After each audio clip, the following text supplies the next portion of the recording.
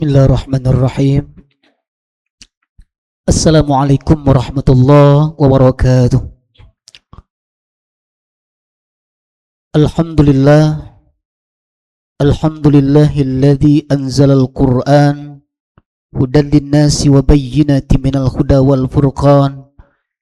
Asyhadu an la ilaha illallah Rabbul alamin wa asyhadu anna Muhammadan abduhu wa rasuluh rahmatan lil alamin. Allahumma salli wa sallim ala sayyidina Muhammad wa ala alihi wa sahbihi wa man tabi'ahum bi ihsanin ila yaumiddin. Amma ba'd. Saudara-saudariku seiman sekeyakinan yang kami cintai karena Allah, segala puja dan puji hanya untuk dan bagi Allah. Dengan ucapan alhamdulillah, satu di antara kalimat thayyibah, ucapan tahmid yang merupakan ucapan rasa syukur kita kepada Allah atas karunia, rahmat dan nikmat yang masih Allah limpahkan kepada kita semua sampai saat ini. Terkhusus kita masih dipertemukan oleh Allah di bulan Rabiul Awal, bulan kelahiran Nabi besar Muhammad sallallahu alaihi wasallam. Semoga menambah rasa cinta kita kepada Nabi untuk mengingatnya, menyebut namanya, menjalankan sunnah dan meneladaninya, dan berharap semua itu akan jadi saksi dan bukti kecintaan kita kepada Nabi.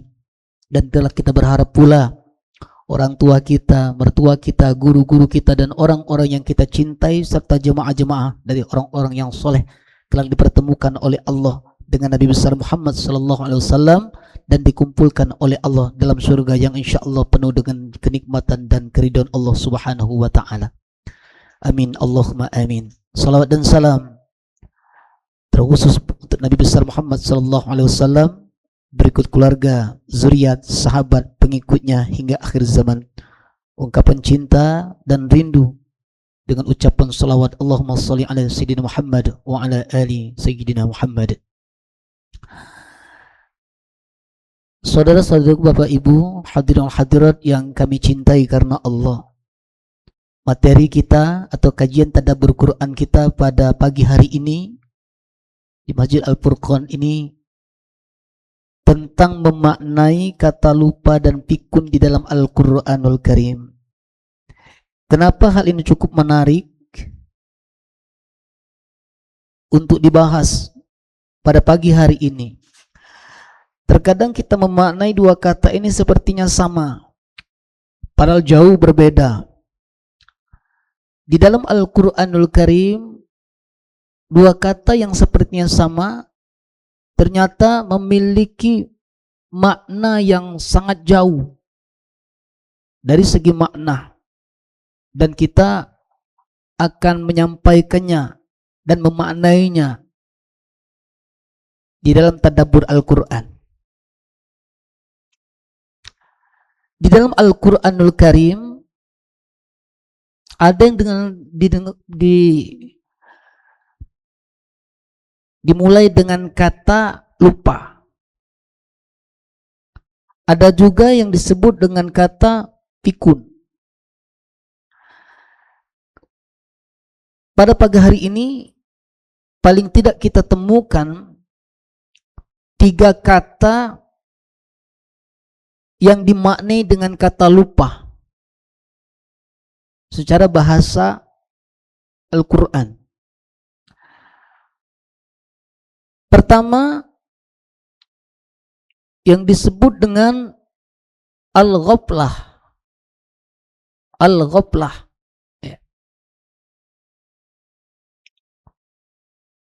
Al-ghaflah ini diartikan sebagai lalai. Jadi kita nemukan dalam Al-Quran kata ghaflah itu disebut dengan lalai.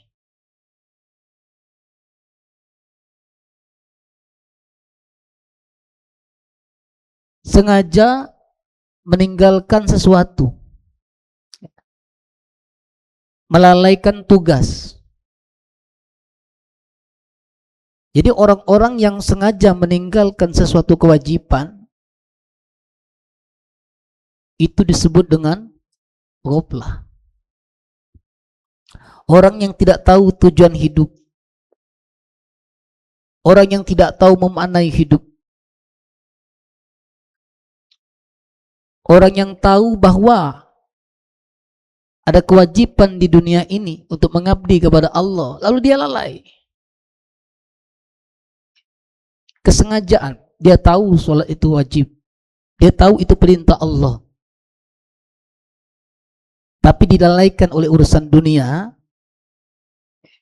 sengaja untuk melupakan sesuatu yang merupakan kewajiban dia sebagai seorang hamba, itu disebut dengan ghaflah. Di dalam Al-Quranul Karim, misal bisa kita temukan di dalam surah Al-Anbiya, surah Al-Anbiya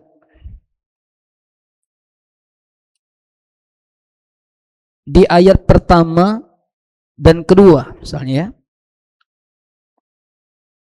A'udzu billahi minasyaitonir rajim. Bismillahirrahmanirrahim. Iqtaraba lin-nasi hisabuhum wa hum fi ghaflatin mu'ridun. Ma ya'tihim min zikrin min rabbihim muhdatsin illas tama'uhu wa hum yal'abun.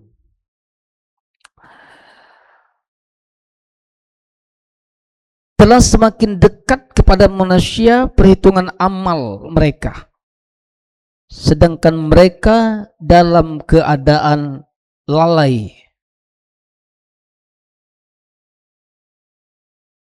dan berpaling dari akhirat. Setiap yang diturunkan kepada mereka ayat-ayat dari Tuhan, mereka mendengarkannya sambil bermain-main. Jadi ayat-ayat Al-Quran yang telah diturunkan oleh Allah kepada Rasulullah SAW dan disampaikan oleh para ulama, para guru kepada kita, itu mereka lalaikan. Padahal sudah ada peringatan-peringatan dari Allah tentang bagaimana tujuan kita hidup di bumi ini, di dunia ini. Banyak orang yang lalai. Makanya kalau kita menyimak sedikit dari kata-kata bijak yang menjadi renungan buat kita bersama, sehebat apapun Anda merangkai urusan dunia ini, merancang urusan dunia ini, ketika Allah katakan pulang, maka selesai cita-citamu. Sehebat apapun Anda untuk merancang urusan dunia, ketika Allah katakan pulang, maka selesai cita-cita dan harapan yang ada di dunia ini. Maka dengan kata-kata yang bijak seperti ini, seharusnya menjadi renungan buat kita, bahwa hidup di dunia itu jangan sampai membuat kita lalai untuk mengingat Allah. Sadari diri bahwa dunia ini hanya sekedar musafir saja yang singgah sebentar, lalu minum ketika haus, makan ketika lapar, berhenti ketika letih, beristirahat, lalu musafir ini akan melanjutkan perjalanan karena bukan di sini tempat kita. Di surah Al-Munafiqun ayat 9. Ya ayyuhalladzina amanu la tulhikum amwalukum walau auladukum an zikrillah wa may yaf'al dzalika fa ulaika humul khasirun. Wahai orang-orang yang beriman, jangan sampai harta dan anak-anakmu, keluargamu melalaikan kamu dalam mengingat Allah.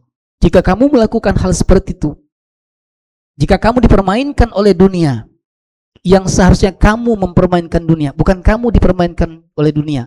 Yang seharusnya kamu yang mengatur waktu, bukan kamu diatur oleh waktu. Maka ketika itu terjadi pada dirimu, maka kamu termasuk golongan orang-orang yang rugi. Maka hidup ini sebenarnya kita yang mempermainkan dunia, bukan dunia yang mempermainkan kita. Kita yang mengatur waktu, bukan waktu yang mengatur kita. Dan orang yang lalai, itu dia yang diatur oleh dunia, dipermainkan oleh dunia. Sehingga sampai waktu masanya berakhir dalam hidupnya, maka tidak ada kata lain kecuali penyesalan. Kemudian Ada lagi kata lupa di dalam Al-Quran dengan kata-kata syahwu. Kata-kata syahwu. Ya, syahwu ini bisa kita temukan di dalam Al-Quranul Karim di surah Al-Ma'un, ya, di ayat ke-4 dan ke-5. Fawailul lil musallin alladzina hum an salatihim sahun.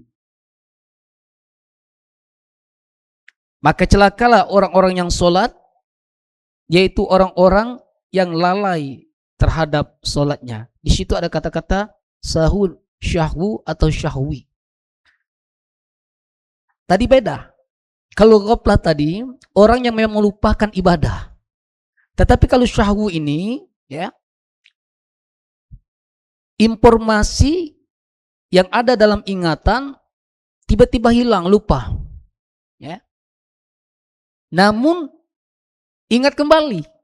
Makanya kalau di pelajaran ilmu fikih, ya, bab ibadah sholat ada yang disebut dengan sujud syahwi. Sujud karena lupa. 4 sebab. Pertama, ketika kelebihan rakaat, lupa. Harusnya sholat 4 rakaat, lalu 5 rakaat, lupa.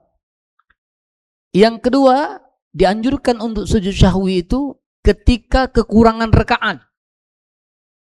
Harusnya rakaat ini 4, misalkan sholat zuhur 4 rakaat, lalu 2 rakaat.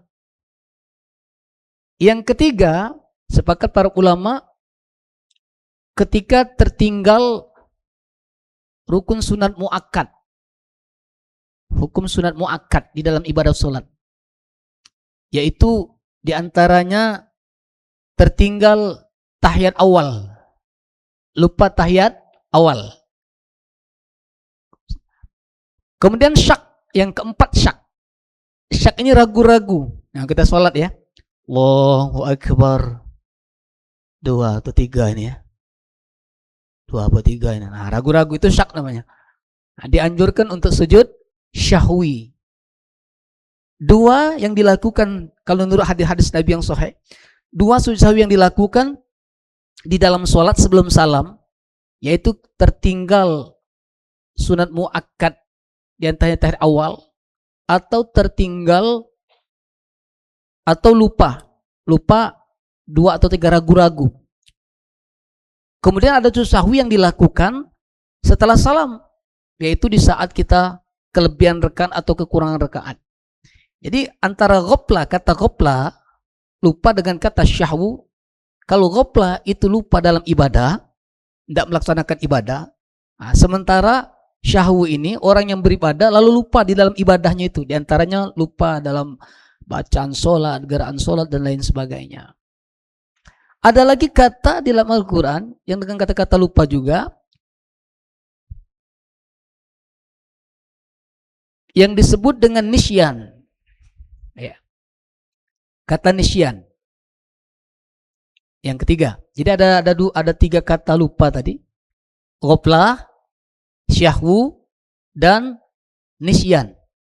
Nah, nisyan ini bisa kita temukan di dalam surah Al-Baqarah ayat 286, ayat yang terakhir.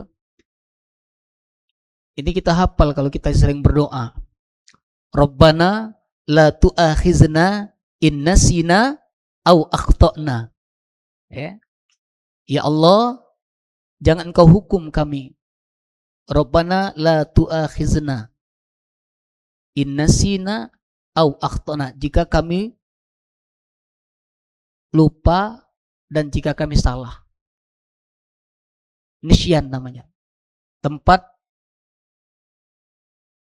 salah dan dosa manusia. Ini 3 kata. Lalu bagaimana dengan pikun? Nah, jauh berbeda nih. Kalau namanya nisyan, lupa, ghaflah, lalai, syahwu, terlupa. Itu secara ini ya. Lupa, lalai, terlupa. Itu sifat manusia. suatu hal yang wajar. Innallah halaysa bighafilin wala tansa wala yasha. Ya. Sesungguhnya Allah itu tidak lalai, tidak lupa, dan tidak terlupakan. Jadi nisyan, ghafla, syahwu itu sifat manusia tuh. Lupa, lalai, terlupa. Makanya Allah itu tidak lupa, tidak lalai, dan tidak terlupakan. Tidak mungkin Allah terlupakan. Melupakan apa yang kita lakukan itu. Beda dengan pikun.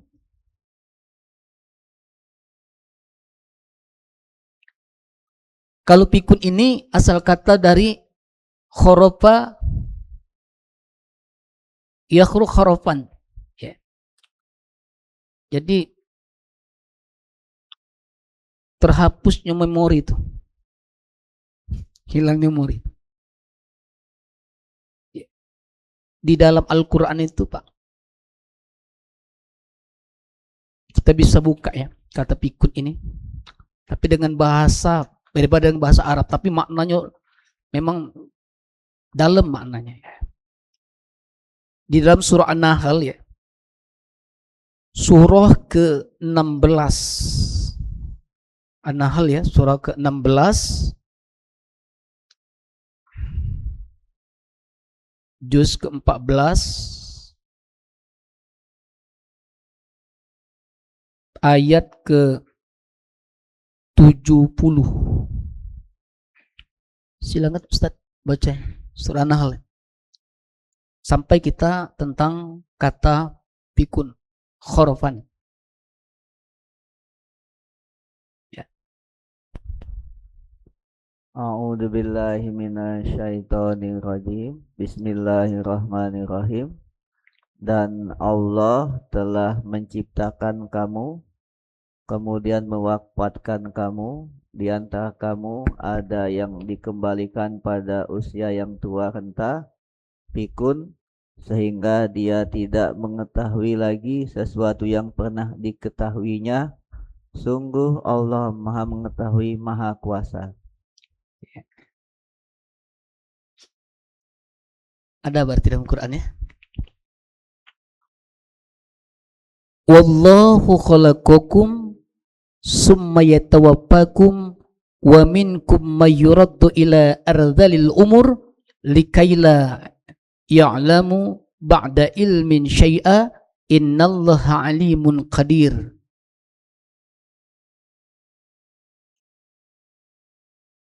Dan Allah telah menciptakan kamu, kemudian mewafatkan kamu, dan di antara kamu, artinya tidak seluruh ya kata-katanya, bukan semua, di antara kamu ya.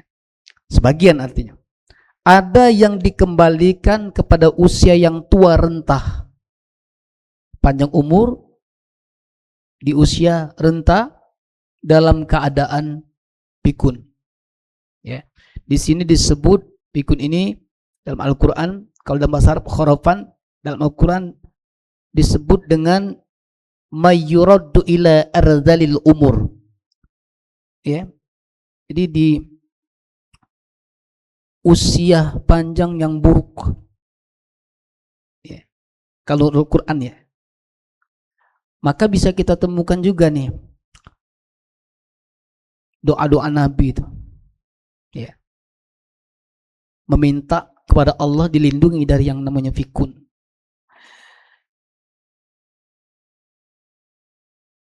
Di dalam surah Yasin pun ada hal yang sama, hampir mirip maknanya, tapi secara umum ya. Surah Yasin itu surah ke-36 ya.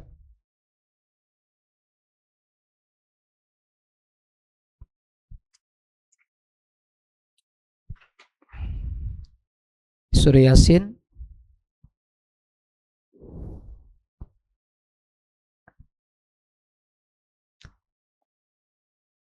coba Ustaz, surah Yasin. Bentar ya.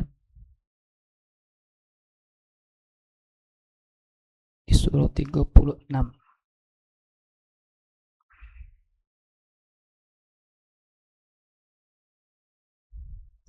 Surat Yasin ayat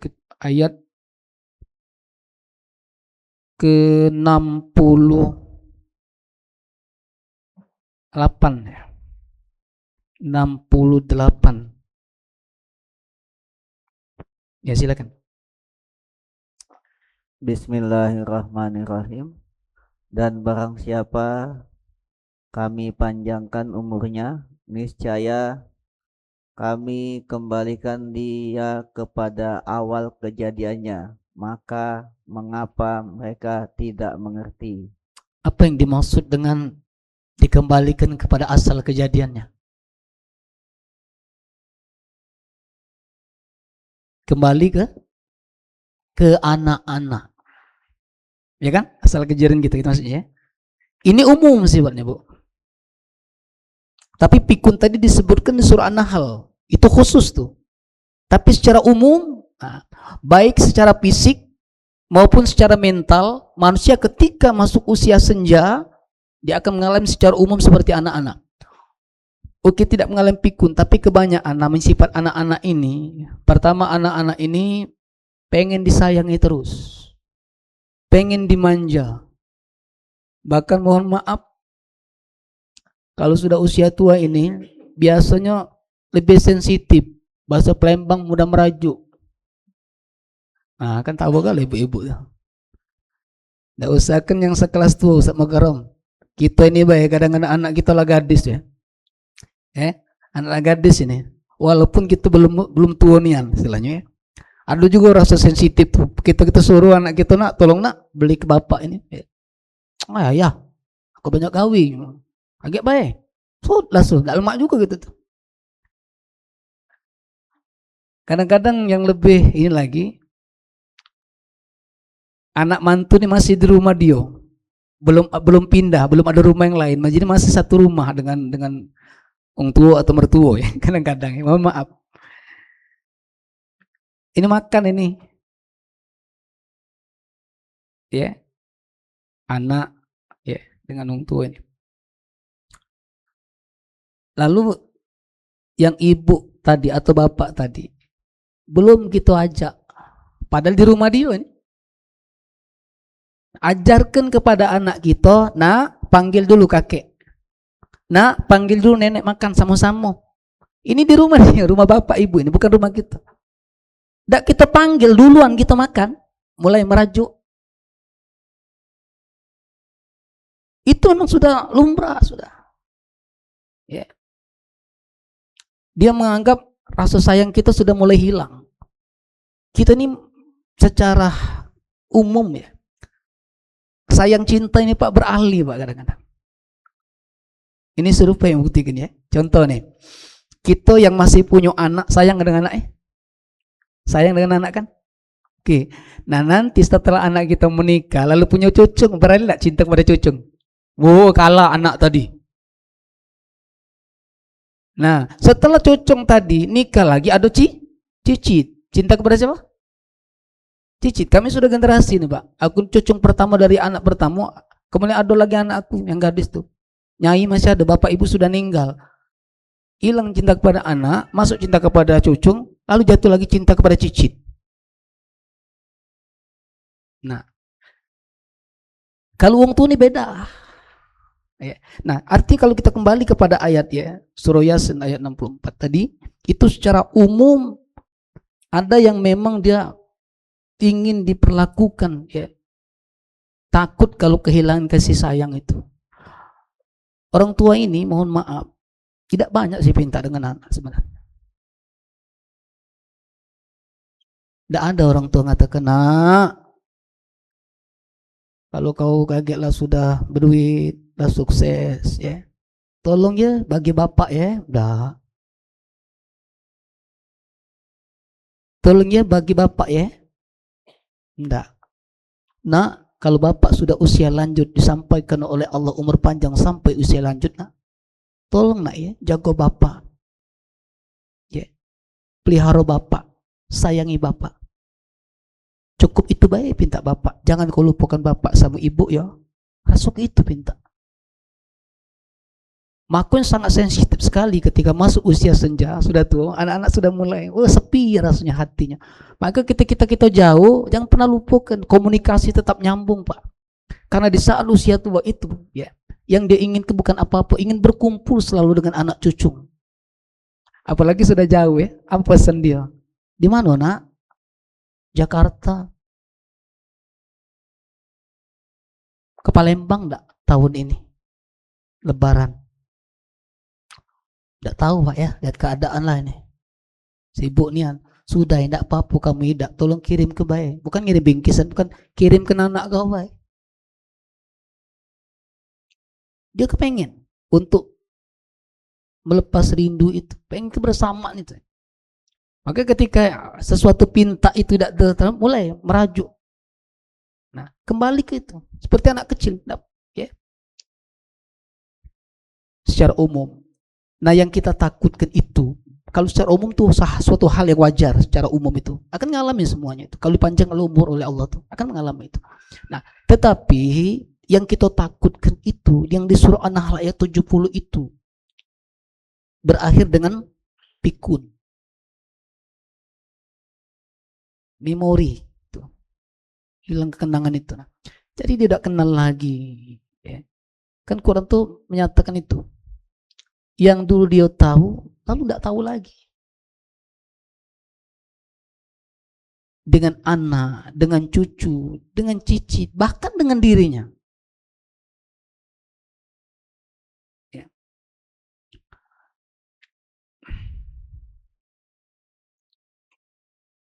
Kalau kita mengutip dari hadis Rasulullah SAW, ya, kan pernah dinyatakan seperti ini dalam hadis riwayat Tirmizi itu.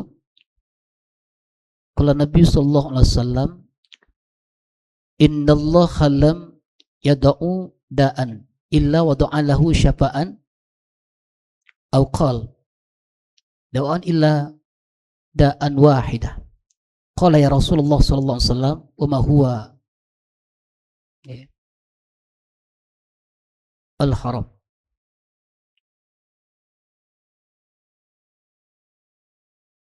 Semua penyakit itu ada obatnya, kecuali satu, kata Nabi. Sahabat bertanya, apa ya Rasul yang satu itu? Pikun. Apa kalau dari istilah kedokterannya? Demensia, ya?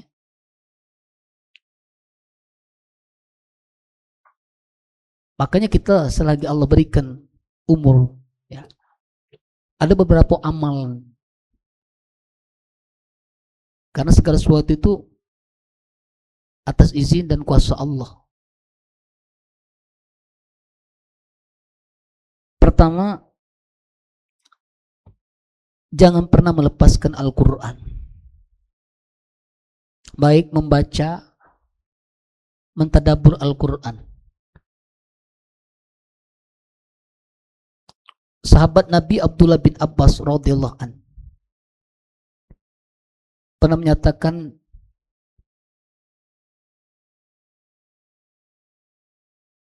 man qara'al Qur'an lam yuraddu ila arzalil umur. Siapa yang membaca Al-Quran, maka dia tidak akan mengalami yang namanya pikun. Kemudian Ibnu Umar juga, sahabat Nabi, menyatakan, ya,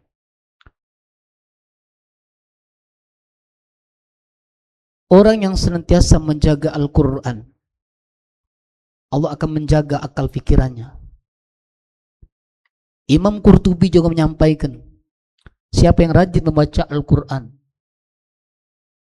maka akal pikirannya akan cemerlang, walaupun dia diberikan oleh Allah umur yang panjang sampai 100 tahun.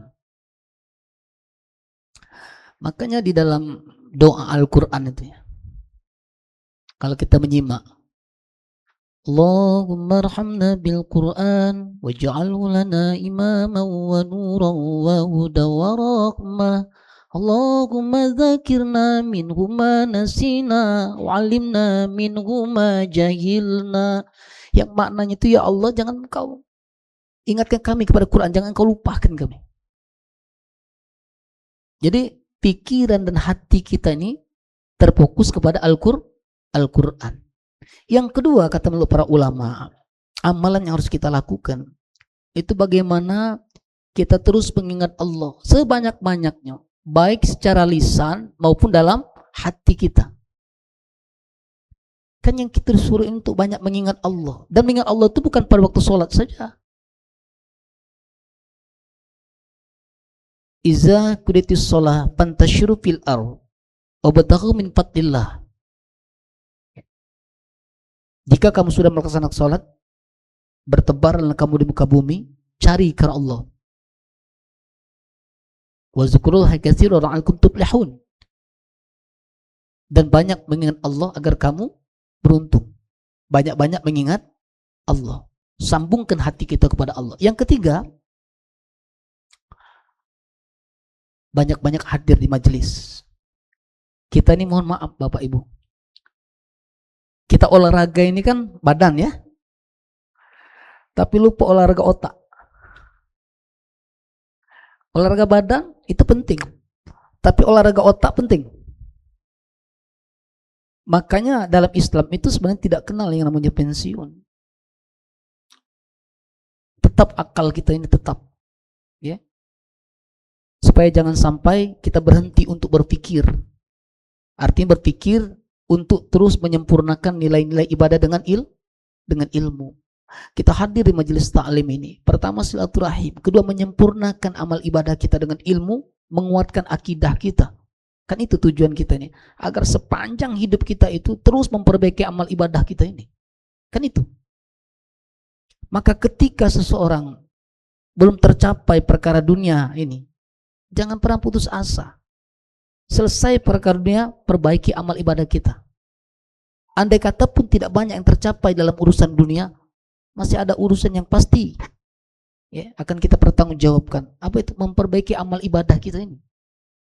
Karena pada akhirnya yang menentukan kemuliaan manusia kelak dan keberuntungan yang sebenarnya adalah amal ibadah kita ini. Jangan sampai kata orang tuh ada yang ngomongnya pecatnya benar Pak, tapi tidak tepat. Apa dia mengatakan? Kalau aku mati kagak, tidak apa-apa. Banyak juga no aku kagak. Kalu. Yang Palembang tuh kalu. Jangan mengharap ke amalan uang Pak. Karena amal ibadah ini yang paling baik, tidak ada amal yang paling baik kecuali amal ibadah kita. Silakan kita berharap, tapi jangan suatu kepastian.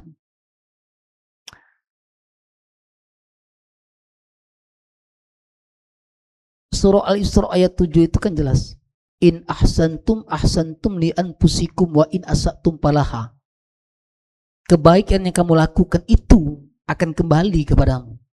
Bahkan di dalam surah Al-Kahfi ayat 46 itu, ya, kita ini kan ada amal ibadah Pak. Amal ibadah, ya, yang kita lakukan selama kita hidup secara terus menerus istiqomah, lalu akan mengikuti kita sampai kita mati. Itu di surah Al-Kahfi 46 itu. Al-mal wal banuna zinatul hayatud dunya wal baqiyatus sholihatu khairun inda rabbik sawaban khairu amala. Harta dan anak-anak itu perhiasan dunia. Amal kebaikan ibadah yang terus-menerus kamu lakukan sepanjang hidup, itulah yang akan menjadi harapan setelah kematianmu nanti.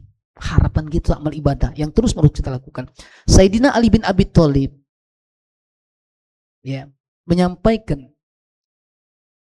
bahkan Syekh Ibnu Qayyim Al-Jauziyah juga menyampaikan, yang dimaksud di situ adalah diantaranya amal sholat 5 waktu. Itu yang akan mengikuti kita nanti. Karena itu sebenarnya amal ibadah yang terus kita melakukan selama hidup kita, yang berkekalan. Sholat 5 waktu, bacaan Al-Quran, sedekah yang dulu pernah kita lakukan sepanjang hidup kita, Al-Quran yang tidak pernah berhenti kita membacanya sampai kita menutup mata. Sedekah yang walaupun sedikit atau banyak tetap kita sedekah. untuk kita itu. Yang akan begitu kita meninggal akan mengikuti kita. Ada amal ibadah yang kedua. Amal ibadah yang ketika kita meninggal dunia, tertinggal di dunia amal ibadah ini, tapi pahalanya mengalir kepada kita. Ini kata Nabi, iza matal insan in qata amalu. Ketika manusia itu mati, in qata amaluhu, terputus amal ibadah. Salat enggak bisa lagi, baca Quran enggak bisa lagi, sedekah enggak bisa lagi. Illa min thalath, kecuali ada 3. Shadaqatun jariyah, al ilmun tafa'u bih, waladun sholih. Ya do'ulah. Sedekah jariyah, kita sudah meninggal, amal itu masih di dunia, akan mengalir pahalanya. Yang terus selagi amal ibadah itu ada di dunia, masih ada di dunia amal ibadah itu. Kita sudah meninggal nih, pahalanya yang mengalir tuh. Tidak mengikut kita, tapi ada amal ibadah yang mengikuti kita. Atau ilmu yang bermanfaat yang pernah kita ajarkan lalu diajarkan orang lain, itu akan terus. Kemudian anak-anak yang saleh dan salehah yang senantiasa mendoakan kita setelah kita mati, pahalanya akan mengalir pada kita. Ada amal ibadah, itu pun atas izin Allah. Amal ibadah yang kita niatkan untuk yang meninggal dunia. Sebuah riwayat nyatakan, ya Rasulullah, aku tidak sempat ya Rasul melihat ibuku ya Rasulullah. Apa masih ada waktu aku untuk berbaik pada ibuku? Bisa amal ini sampai. Aku ada tanah, kata Nabi, niatkan tanah itu untuk orang tuamu, maka akan sampai. Jadi sedekah kita yang hidup, amal orang yang hidup, diniatkan untuk yang meninggal, pahalanya akan sampai. Tapi yang pasti tetap amal kita ini. Tetap amal kita. Ya. Kemudian yang terakhir, jadi ada amal ibadah itu untuk supaya Allah menghindarkan kita ya dari fikun ini, membaca Al-Quran yang tak pernah terhenti. Yang kedua, terus menerus mengingat Allah.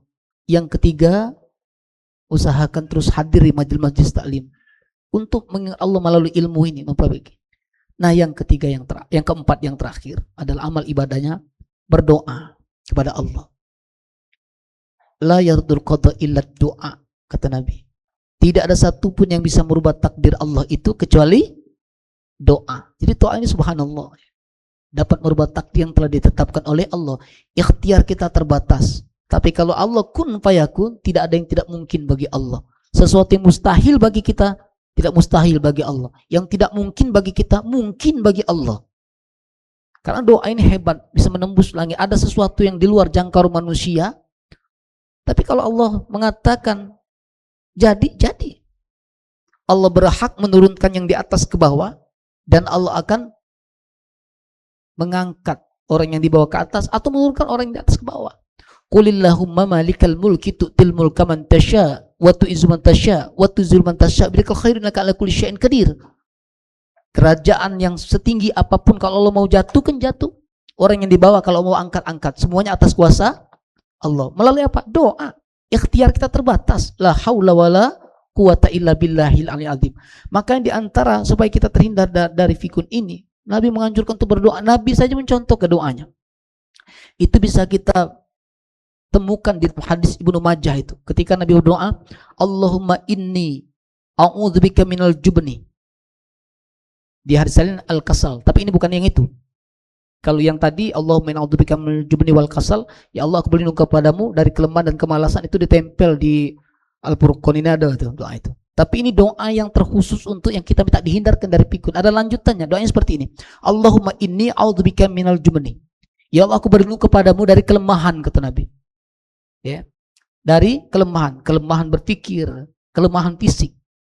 Ya, kelemahan hati.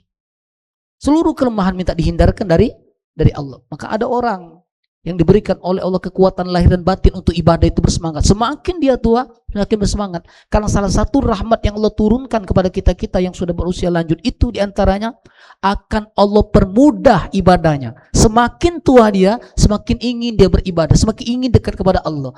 Dan ketika dia meninggal dunia, banyak orang-orang yang ridho kepadanya. Ini tanda-tanda rahmat Allah turun nih. Apakah ada orang yang sudah tua belum mau kembali? Banyak.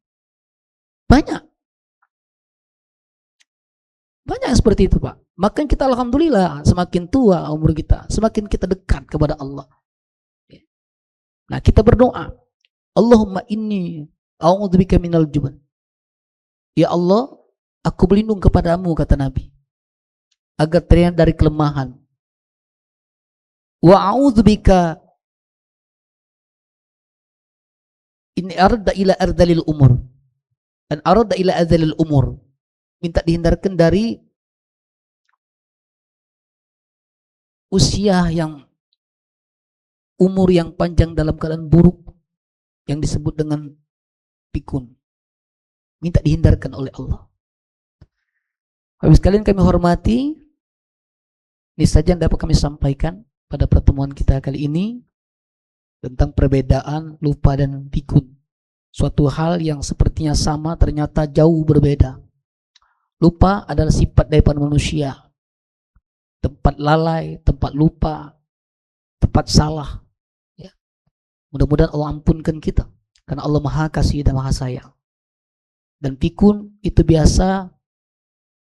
biasanya tertuju kepada orang-orang yang sudah masuk usia lanjut. Biasanya. Tapi kita mohon juga kepada Allah agar dengan nilai-nilai ibadah terus memfokuskan hati kita dengan Al-Quran, tidak melupakan Al-Quran, tidak melupakan Allah, terus mengkaji ilmu untuk memperdalam pikiran kita ini, mencemerlangkan pikiran kita ini, dan terus berdoa kepada Allah. Dan amal-amal ibadah yang dilakukan oleh para sahabat Nabi dan orang-orang terdahulu dari orang-orang yang soleh akan dapat menjadi satu wasilah bagi kita untuk mencapai kebahagiaan dunia dan akhirat, baik dari dunia ini di usia lanjut kita, bahkan sampai kita bertemu dengan Allah Subhanahu wa taala. Sekali lagi mohon maaf dan terima kasih atas perhatiannya. Wal afu minkum jami'an. Wassalamualaikum warahmatullahi wabarakatuh.